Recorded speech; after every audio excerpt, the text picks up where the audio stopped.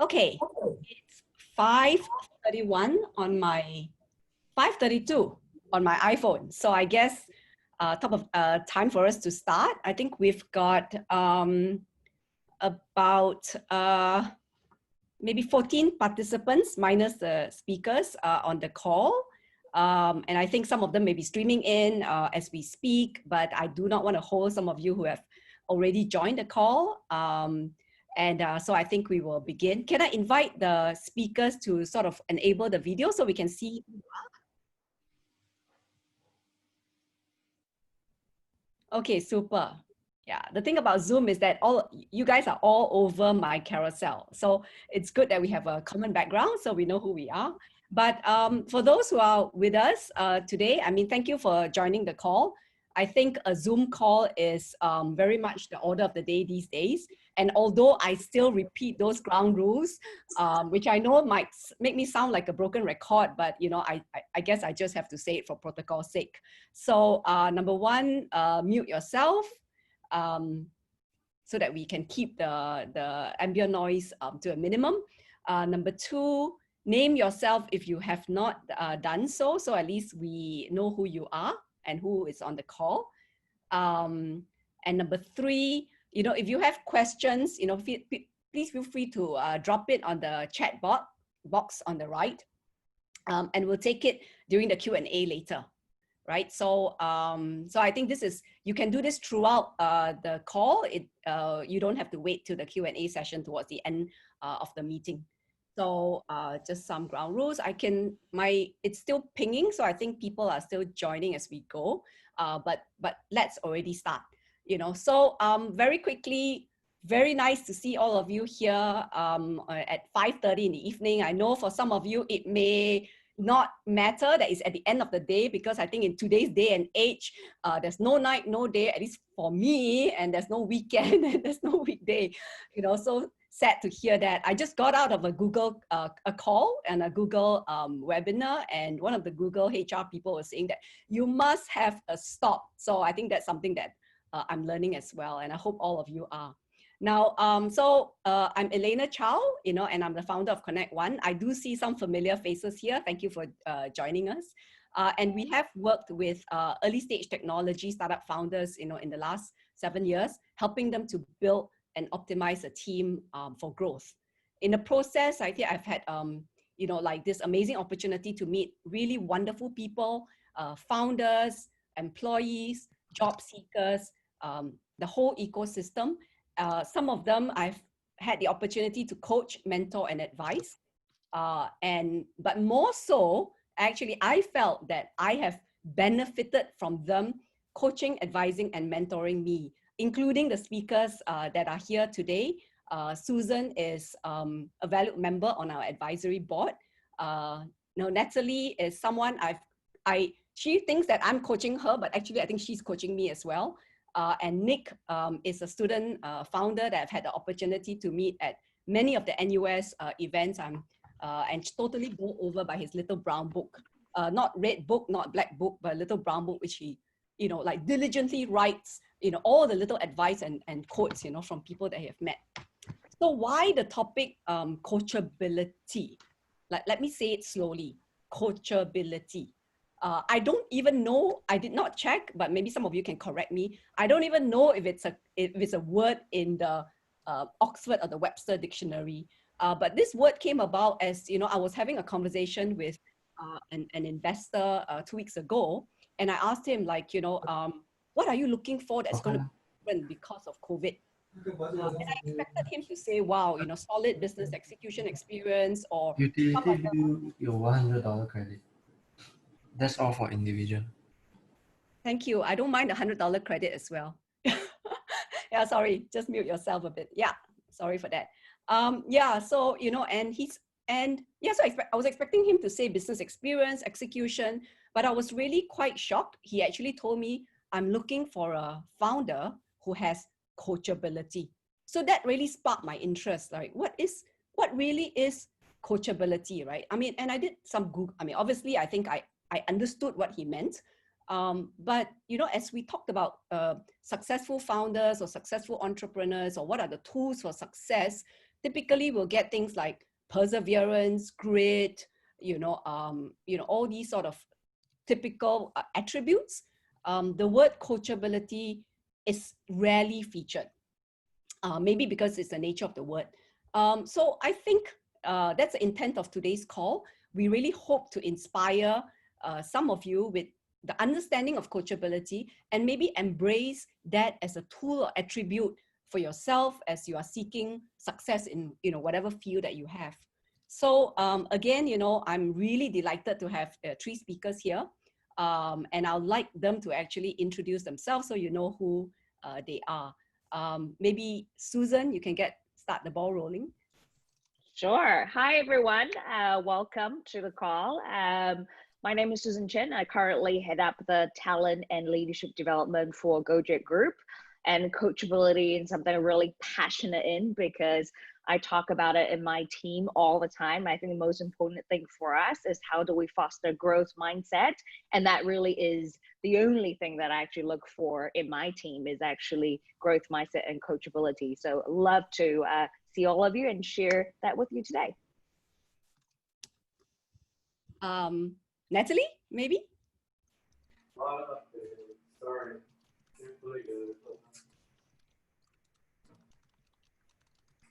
Are you on mute? Oh, sorry, I thought I clicked it. Hi everyone, Natalie here. So I'm currently working at Style Theory, which is what are you watching? Is this how to cook something? No. Sorry, I just fashion. Oh, okay. Yeah, sorry about that. Biggest fashion subscription platform. So I work in the CEO's office. So I support the CEO and COO on like strategic projects to grow the business. Personally, I'm a very big fan of personal development. I always enjoy my chats with Elena, thinking about how we can improve ourselves and be better versions of ourselves. I'm also currently a coach in training. And I've always been a strong believer in having that strong growth mindset. And I realized when I became a first-time manager just last year, it really distinguishes people, right? You can see it very clearly who has a growth mindset, who doesn't. And that really also impacts your longevity in the company, promotion chances, and all of that. So happy to share more in the chat today. Right, guys, I'm Nick. Yeah, so hi everyone, my name is Nick. I'm from outside app. So I actually co-founded a startup with a couple of my close friends that I know for the past decade. So we have been pretty active in the student entrepreneurship scene, but I recently graduated, so I'm no longer, I'm too old to be there already. So just to add more info, like I guess my whole team, for my whole team, when we look for new interns and new members, the main criteria for us is about being autodidactic. So I use this like probably at every single like webinar and stuff that I've been on. So the general idea of it is to be able to be self-directed and be able to like learn new stuff. But of course, like the main people that I actually learn from are people who are seniors, a step or half a step ahead, that direct us and give us tips on what we should avoid. So I still think that's one of the reasons that I thought this would be a pretty cool webinar for me to join so that I can learn from the panelists and Elena herself. So yeah, nice meeting everyone. Okay, but interesting, Nick, that you're on the panel, but I love your attitude. I want to learn from the panelists and from everyone else. So maybe that's a little hint towards what coachability really is. But anyway, before we start, I think let's do a little exercise. So we're going to flash like about 7 questions, I think, on the screen. And I'd like you to take a look at all these 7 questions and just be totally honest with yourself. If this describes you about 80% of the time, answer yes. If it does not, then it's a no. Okay, so we're not sitting here to interview you. I think it's just a little bit of an awareness exercise, and neither is it like brain-based or neuroscience-based, but it's just a little fun tool. So Jing Rong, can we have the slide?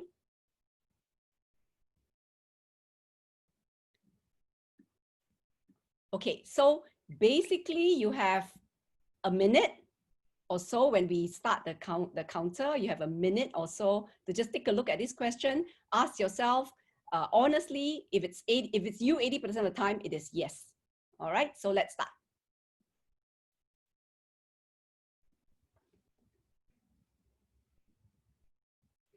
The panelists can do that too.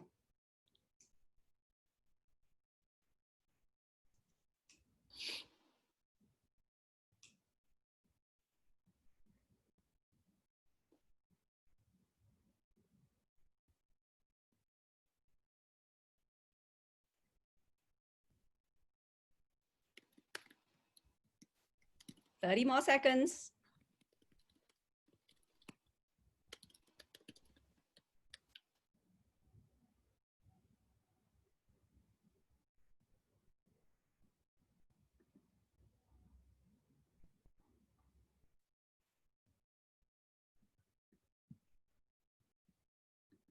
Okay, some of you are asking me if there's a link. There isn't a link. Just, I guess, if you have a little notebook or something, just tick which is yes and no for now.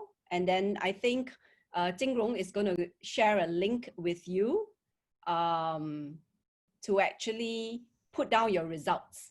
So, so I hope all of you had a mental note as to how many yeses you had. We just need to know the yeses, all right, that you had. Okay, so if you look at your chat box, there is a link to the poll. Can I know if everyone has got the Menti link?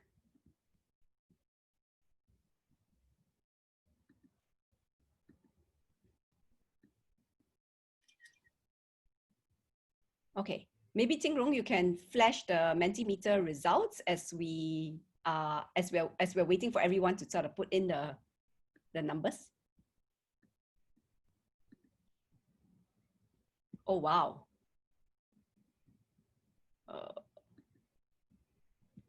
My screen is being blocked by, okay.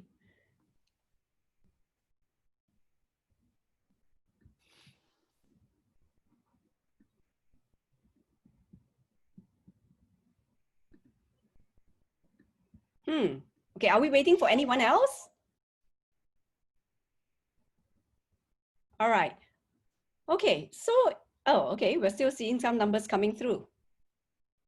Yeah, we'll just give it another 20 seconds, right? But it looks like, I think from this little dipstick survey,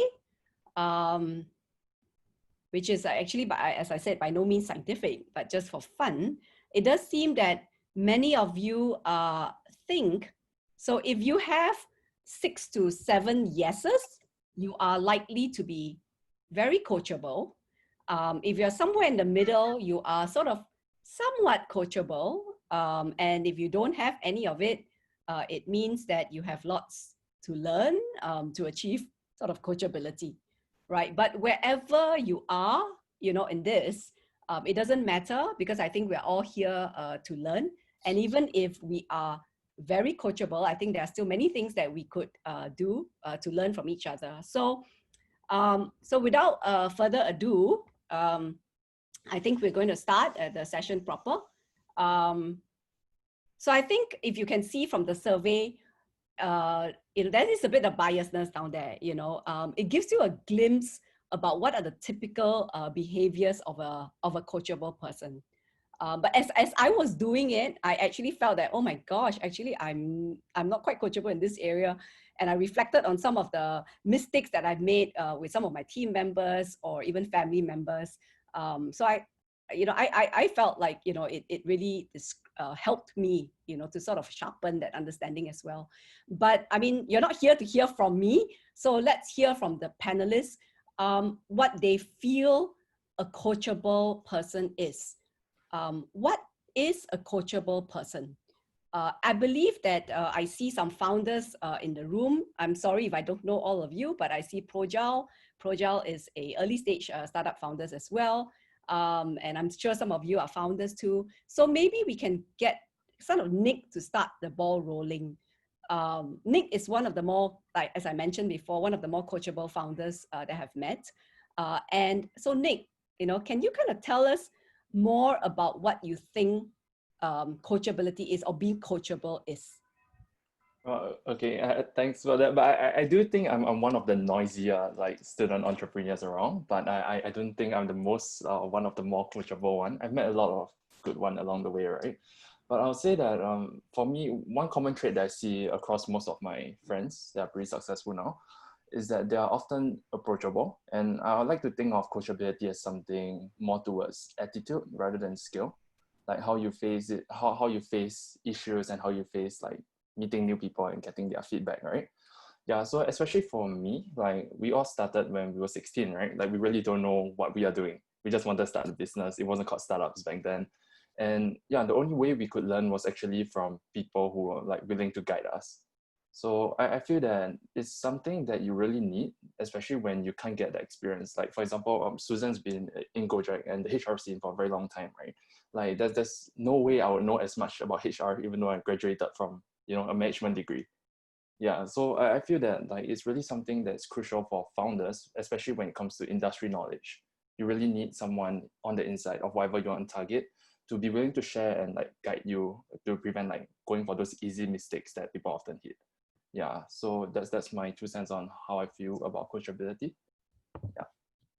And what sort of mistakes, you know, sort of personally that you saw have you made, right? And that a coach or advisor has sort of stepped in and pulled you out of the waters before you drowned? Yeah, I think you know my favorite mentor that saved me. So Jermaine from Found.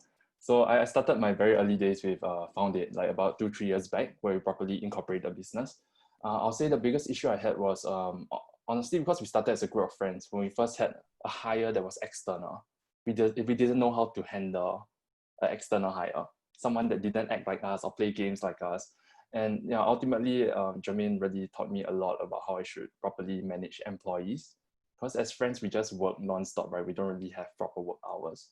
Yeah, so she did come in and tell me how it's usually like for a startup and what interns, for example, expect when they work in a startup pays and, you know, like how much workload and stuff like that.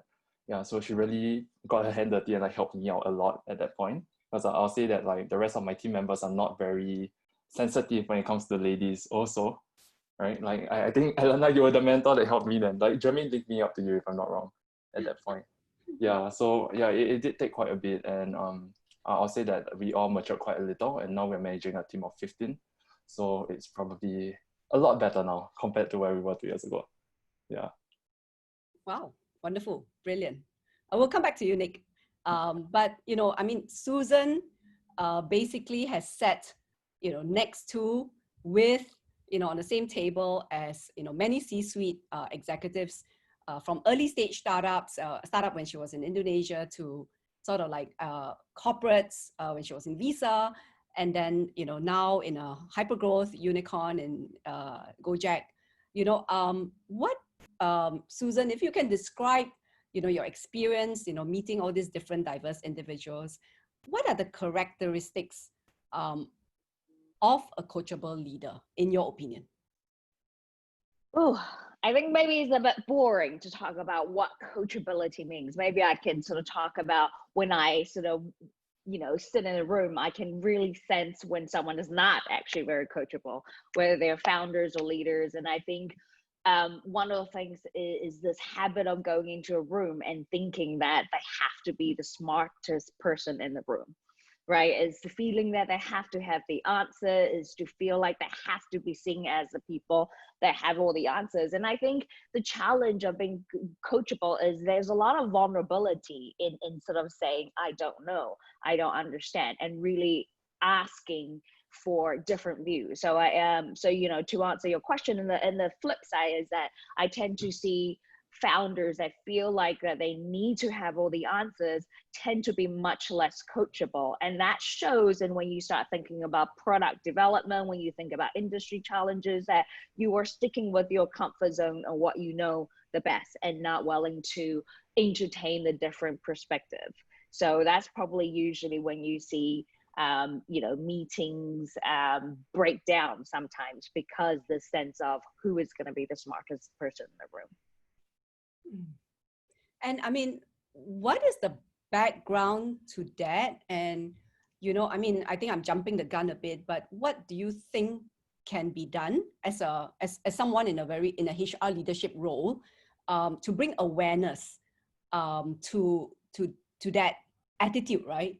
You know, and things like that. You know, what would you suggest?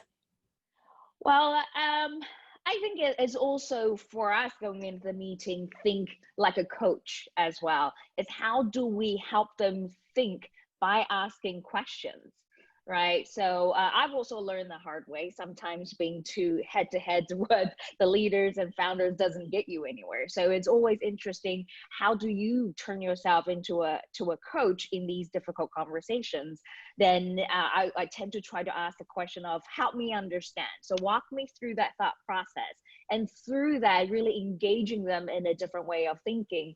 And instead of debating, this is the right thing to do or this is the wrong thing to do, actually let's talk about the thought process, right? Let's walk through this together. So that's generally how I would sort of put myself also in the inquiry mode to try to understand as well. So to understand by becoming a bit more a coach to the executives. Got it. We'll come back to you, Susan. But just to hear from the rest of the panelists as well. So Natalie, you know, I met her because, you know, she was making the jump from consulting to startup after a year out of school. And personally, I'm sure many people had doubts about why you made that decision. So just curious, right? Why did you make that decision, and who helped you? If you think back, who were the primary people that helped you, you know, in kind of making that decision? Got it. So I think strategically, what I wanted to get out of a startup was the ability to learn how to execute on things, which was a bit missing in my previous job. So I wanted to get my hands a bit more dirty, you know, actually execute, because I feel like that's where most of the success lies in a project. So I think being at a younger stage of my career, I did want to explore that, like a bit about taking risk. And how I did that, so Elena was one of the people which I tapped on to get advice from, to figure out, you know, if this is a decision that I regretted, is there a chance to roll back? You know, what are the aspects of a startup job that would be challenging, so I can also help to tackle that. But I realized going into the job as well, coachability was so important because of the role that I held in style theory is more of a generalist. I'll be parachuted into different projects to help out different teams. And it's so important to be coachable because you don't have domain knowledge in that area. So how then are you able to be vulnerable and ask for help from people so that you are able to value add to the project even more? So that's also something I learned along the way. Yeah. So yesterday, you know, I was listening to a webinar, and it's funny, it was nothing to do with coachability, but there were two things that stood out, and I've actually written it down here, you know, in my study. One of it was, the truth is painful. And I reflected on it. It's true. I think most of the time, I don't know, for me, and I hope that maybe, you know, the panelists can also think about it a little, and also the participants, right? What does it really mean when the truth is painful? Because one of the reasons I feel that I am less coachable in some instances is because I don't want to face the truth. I want, like Susan says, I want to be the smartest person in the room.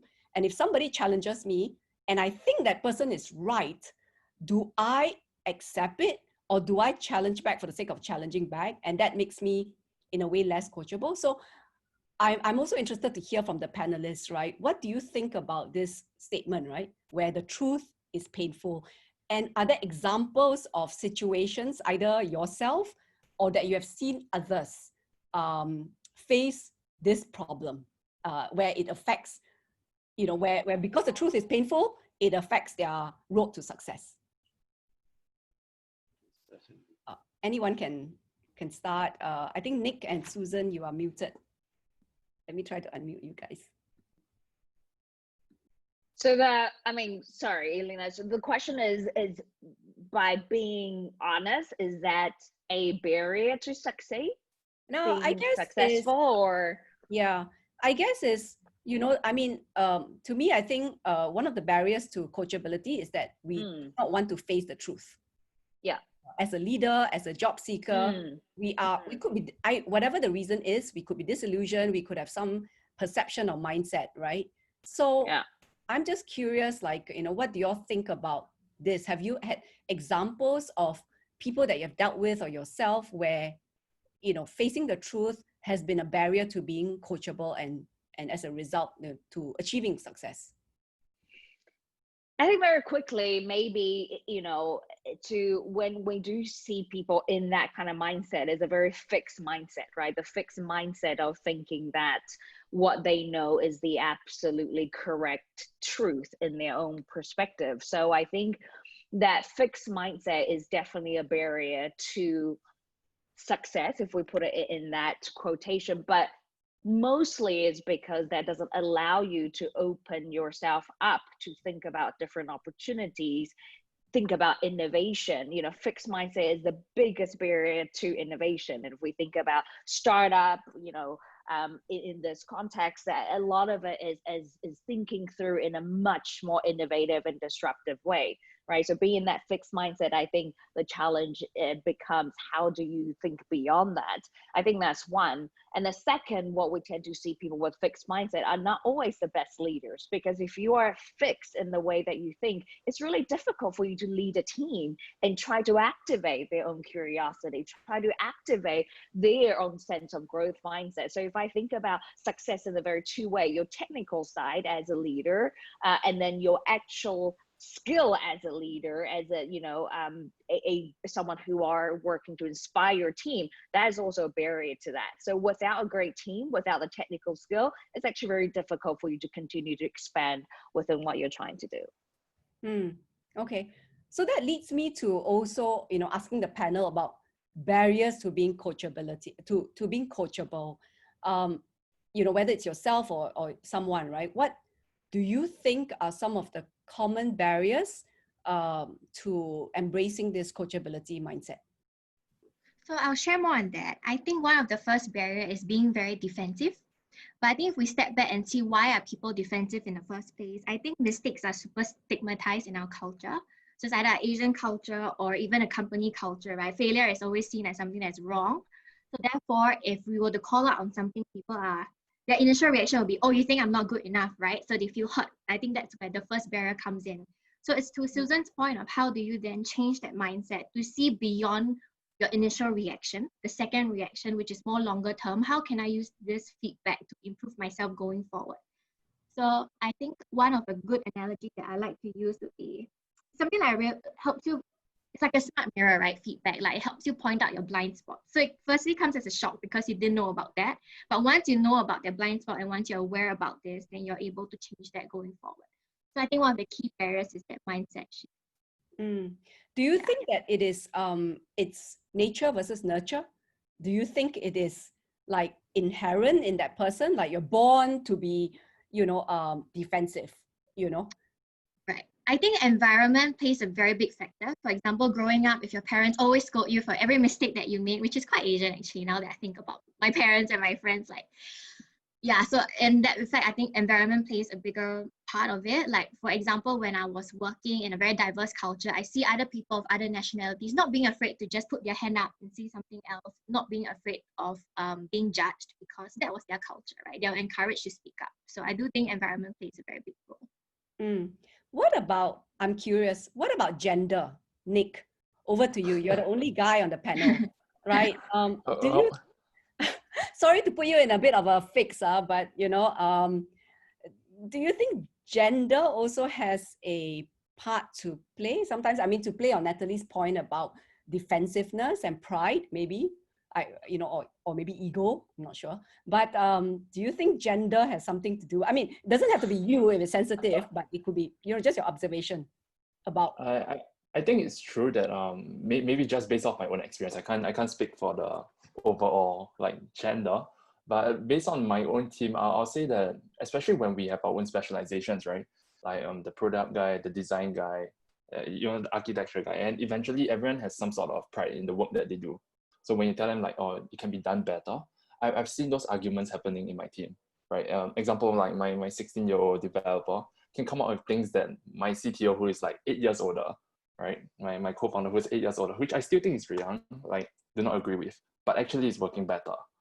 Yeah, and sometimes it's very hard to just push it across, but I make it my personal duty to flatten everyone's ego, right? So all I do is that we try to be more like what you guys say, we try to break it down. If it's better, why don't we do it this way? And we need to accept that sometimes the younger ones are really the more creative ones. it kind of sucks because I was still part of the younger ones up till like last year. Right? I think once you hit like 24, 25, everyone kicks you out from the youth group already. I'm not sure. But yeah, so now apparently the 16, 18, 20-year-olds, they have better ideas. And I think age shouldn't be the reason. And even if you have done it longer than other people, it's still better to look at the job itself. So that's my experience of what I thought was bad from my own founding team. Yeah, but I mean, ultimately, because we play a lot of games together, it got pretty easy for them to give us feedback. But I think in other startups, we might have issues whereby hierarchy is there and new employees will not be willing to speak up to co-founders about what is wrong. But I'll say that my 16-year-olds are very vocal and my 24-year-olds are very defensive. So it took me a while to iron things out, but I'll say that right now it's pretty good. Yeah. Yeah.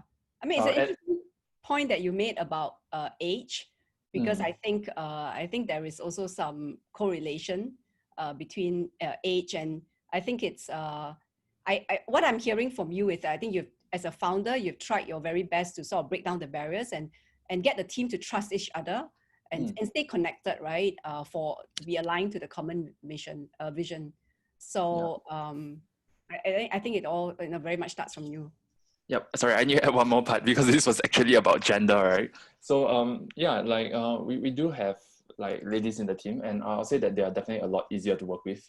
Maybe because like, yeah, the guys are closer to me. So we argue a lot about things that we want to do. Yeah. So when it comes to ladies, it's like, we have to prepare our documentation and know what we are trying to push for, right? Like, I mean, we actually properly detail it because maybe they're not internal like us, which I think is a very bad system about running with your friends. Because when you have the smallest idea, rather than documenting things and like researching, you just throw it out first. Next thing you know, the four of you are just throwing it at each other continuously and it never stops. Yeah. So that's another issue that I was facing in my team. Okay. Yeah, so I mean, Susan as well, I'm sure you've got lots to share, right? Like, typically, what are some of the barriers to coachability that you've seen among senior leadership, especially senior leadership, right, in tech companies? Oh, wow. Do we have all day? No. She could write a book on this, I bet. But I think, talking about gender, and I think similar to what Natalie had said before, gender and our reaction to that is very socially constructed. So being in Asia, I think there's definitely a lot more sort of this perception around coachability, or how do you challenge the status quo, right? So I think that is a reality of truth of that socially constructed gender role, and how do we work with coachability. And I think more and more learning from my own mistake of how do you activate someone's coachability, you need to change also your style according to the people. Right. So how do you talk to a founder who had a very successful run and really think about something differently? How you will approach that will be very different to maybe like what you've described, Nick, 16-year-old new up and coming, or your 24-year-old founders. I love that you call that old. So that makes me feel even older. And then startup. But so again, I think the barrier to that, a lot of it is a reflection of who you are and how do you then work with activating the other people's thinking around coachability, right? So again, is instead of people always defensive when you are saying, I don't think you're right. So I think coachability is about not trying to say you're not right, but really trying to understand the other person's perspective.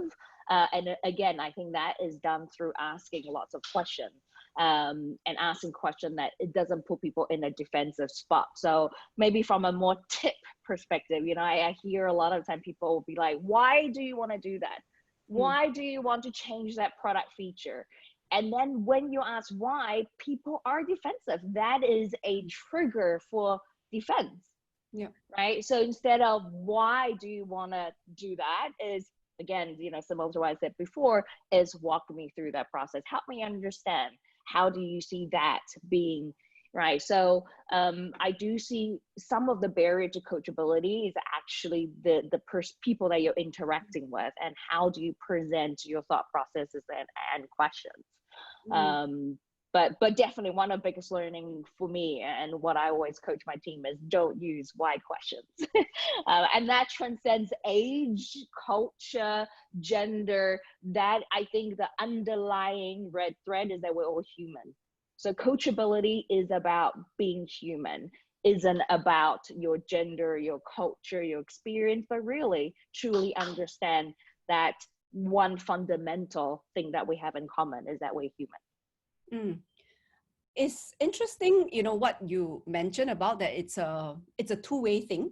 I think that got me thinking a little, you know, because when we talk about coachability, I think it seems as if all the responsibility is on you. Like, you know, it's my attitude, it's my mindset, it's my that one, you know, whatever. But you're right, actually, we are humans and we react to someone else's response to us, right? And even if it's not our natural self, you know, we naturally become defensive, even if we are, you know, super open. So I think that's an interesting point about how we speak to others, and how would you in a team, let's say in a team, whether it's a small team, a founding team, or a team that's scaling up, how would you, especially to Susan because she's in HR, how would you ensure that, you know, the environment is right for everyone to embrace coachability? I'll jump in on that point. One concept when the panelists and Elena were sharing that came up to me was psychological safety. Like, does your team actually have the psychological safety so that two-way feedback is encouraged?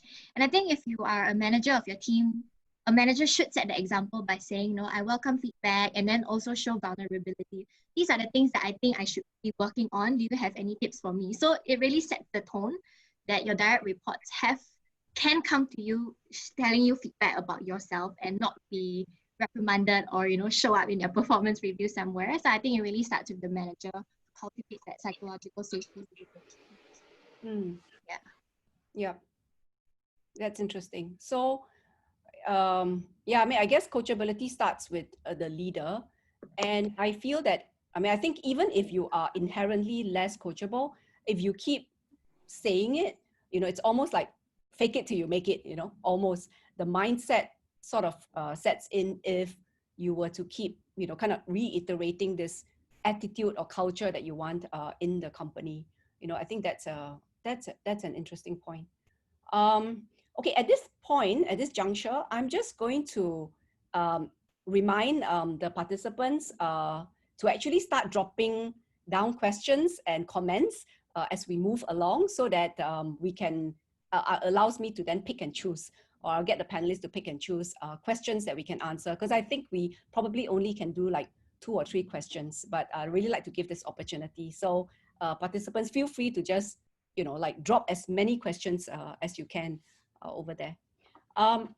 So, you know, back to, I think we all want to know, while coachability is, you know, is a concept or is something that we all want to embrace, because we want to be successful, we want to do things right, we want to lead, we want to build high performing teams. But what are practical ways, you know, to be open to being coached? What are some of the things that we should do, both from an action standpoint, mindset, or just practices or habits? You know, I'm wondering what the panelists can actually share, you know, with the audience. I've got 2 things to share quickly. One is to show that you're willing to learn, and that means you're doing active steps outside of work to improve yourself. That could be reading books, you know, taking courses, reading articles, a simple thing that you can do. Second thing is also to proactively seek out and accept feedback. So you don't have to wait for someone to give you feedback. You can proactively ask, hey, I noticed, you know, we worked on a project together the last month. I'm trying to improve myself. Do you have any tips for me on how I could better myself in the next project that we have together? So I think these are some actionable steps that people can take straight away. And what do you think are the barriers to doing that? The barriers to, okay, I think I guess I understand about reading a book. It's probably easier to, like, you know, have a list of books or go for some personal development course. But personally, I find that asking like someone like, hey, you know, what do you think of that? You know, I personally, I feel a bit of fear, you know, when I ask that question, because I don't know what's going to come. How do you think we can actually do that, like reminders or, you know, things like that, personally? Yeah. For me, what I will do is always remind myself the longer term benefit of asking for feedback. Even though, as you said, with you, same like you, I also get hurt. You know, first time when I hear about this thing, I didn't know that I wasn't good at it. I'll feel hurt. But I'll always remind myself what's the upside of receiving this feedback earlier than having them not tell me and I found out so much later in my career. So that's one thing that I'll try to always remind myself. Another thing that you can do as well, I saw a colleague did do this in Style Theory. They actually have a feedback form, a survey they set up themselves, and they put their responses to anonymous. So they just send it out to a few people that they work with, and then once they gather enough courage, they will look at the responses. But I think that also sets the tone that, you know, people are willing to give you feedback when you have small things like that. Yeah, and it sparked a thought as well, and I believe that I'm going to bring this over to Susan, because Susan has years of probably setting up performance management systems and, you know, feedback. How would you, I mean, do you think that, you know, putting in some system and structure would help to develop a, you know, a coachability mindset or coachability culture within the company and leaders? Ooh, I think to a certain extent, yes, because I think tools are just ways for you to facilitate consistent conversations, right? But most importantly is actually your leadership culture. So how do you make sure leaders do walk the talk? How do you make sure the leaders are being truly authentic and being vulnerable in receiving feedback? I think that's one. But going down to sort of practical skills, you know, it's actually always great to have 2 or 3 your go-to question. Whenever you're in a situation that you're either gonna feel like you're becoming defensive, what are your go-to question to really turn it around? Because again, when we get into defensive mode, we stop listening. We stop becoming coachable when we want to defend, when we stop listening, right? So I always sort of say, you know, what are your 2-3 questions that are really authentic to you when you're asking for feedback? And then whenever you feel like you're going into, I want to defend, you take one of these questions, and that will give you the pause to take a step back and listen, and allows the people who are having conversation with you to take that coach mode, right? When you say, okay, help me understand what that means. So what does that mean to you when you say I was being really unreasonable? What is that when you say I am being this? Can you tell me more, right? Actually, one of my favorite questions is not a question. It's actually, okay, tell me more. Just tell me more. Go deeper. Okay. And then find that give you a bit more space to listen, allows people to break that tension of defensive mode. And then when both of you having a conversation in the coaching kind of environment, then that's when I think coachability truly does the magic. It's a conversation. Coachability is a conversation between people. And I think we should not always think about it as a skills per se, but as a moment in time, as a conversation, as a situation that you get yourself into becoming a coaching conversation.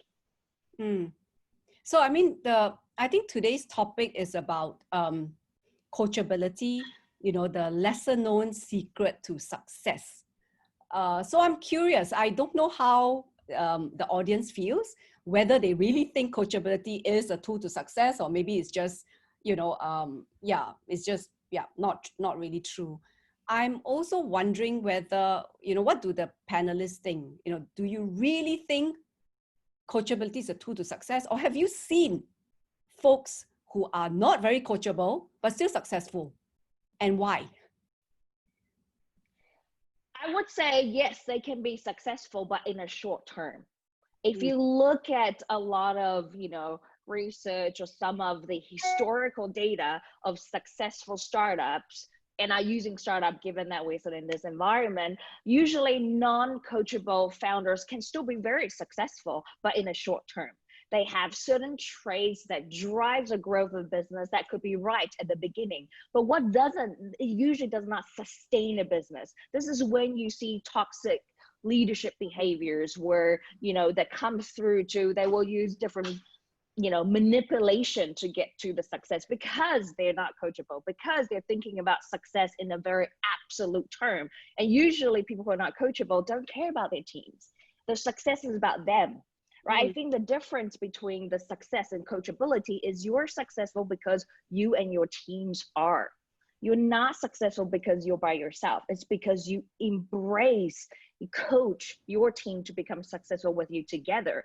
Usually the non-coachable success stories tend to be successful by themselves and in a much more short-term and in a not sustainable way. So I would challenge you to, look at some of the leaders in the startup world that have been ousted, recently. Look at WeWork, look at Uber. They are traits for people who are not coachable, but are successful in the very short term.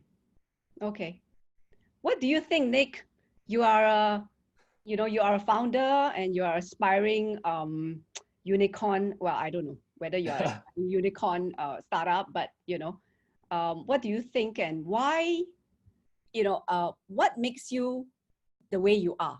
As in, so being so receptive to feedback, always even turning up for so many of these events to learn. What's on your mind? All right, so I think like I was at that stage before. Like I like to think that I used to think that I know what I'm doing, right? And of course, like I fell off that horse a long time ago and started accepting that I'm probably the dumbest in my team. Like just even in my team alone, like they're all really good people. And the main reason why I keep pushing myself is because these guys devoted their life to create something with me. And I felt like they are so busy with their work that they don't know what direction they should be going to learn. So that's when I started attending events, like because like they were very afraid of going to events by themselves. So I'll attend like marketing, programming, like went through so many Google courses with my CTO. And I ended up doing like parts of every single department. So I'll say that I became who I am because I wanted to make sure that my guys grow along with me. I don't want to hire a CTO that has like 20 years experience just to make the team better. We came into this journey so that we can, try to get there together, have fun, and actually create what we wanted from day one. And I'll say that we're quite lucky that everyone has been pretty willing to learn.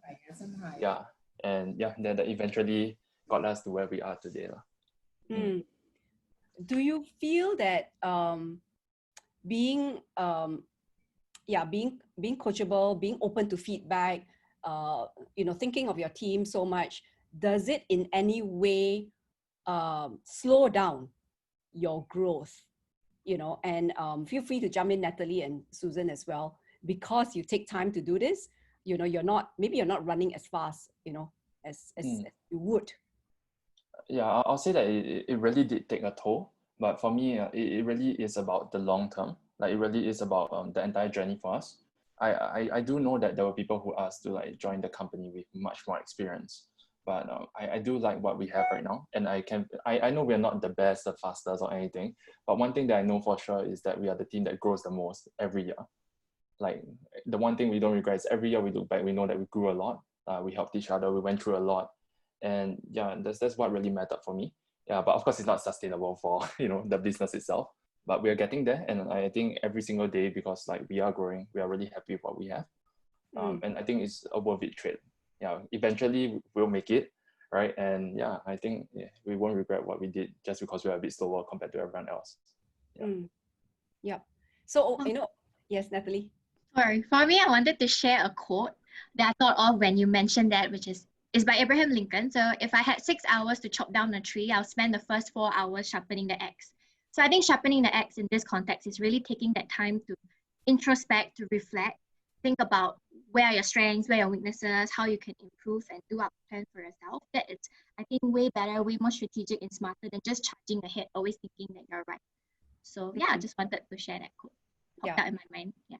You read my mind because I was going to ask you. I said, Natalie, I think she subscribes to so many personal development apps. She reads the most number of books, much more than me, although I'm double her age probably, you know, but yeah, and I'm actually curious, like, you know, are you, but I'm also conscious of time. So I'm going to actually segue a little bit into the questions, and then I'll come back and so to wrap up the call.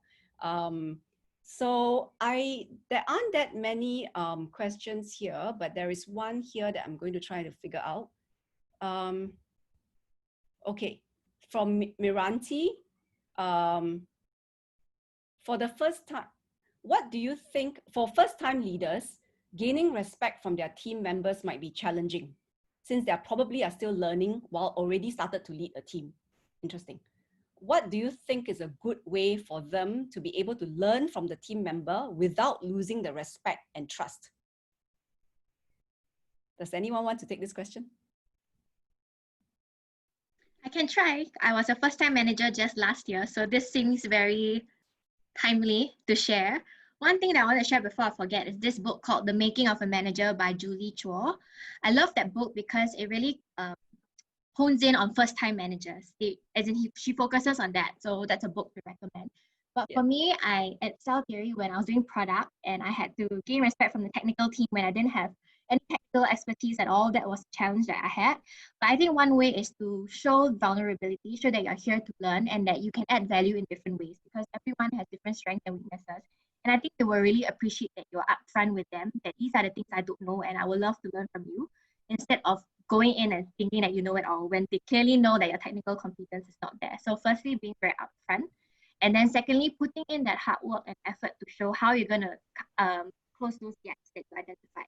Because I think they really respect a leader that puts in the time and effort to learn things that they don't know. To show that that leader is open, but yet puts in the effort. I think it's super important to gain the respect of the team.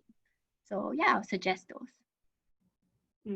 So again, I think it's also, you know, kind of like related to Susan's point about you don't have all the answers in the world and you do not really need to be the smartest, but you know, that showing that vulnerability and wanting to learn, right? Everyone has a point to make. Okay, I guess there aren't that many questions. I think somebody commented that coachability should be 2 ways, which I think it's already something that we addressed. Regarding the book, I have it in front of me, but I think you can't see it. Sorry, it's because of my screen, but The Making of a Manager by Julie. I think before we leave, okay, she's showing it. Yeah. So, but before we leave, maybe I'd like to have maybe the panelists just give you kind of like a tip and advice for everyone that's here. I don't know in what capacity the audience is. They may be founders, they may be employees, or they may just be job seekers. But whoever they are, what is one general tip that you would leave with them in terms of embracing a coachability mindset?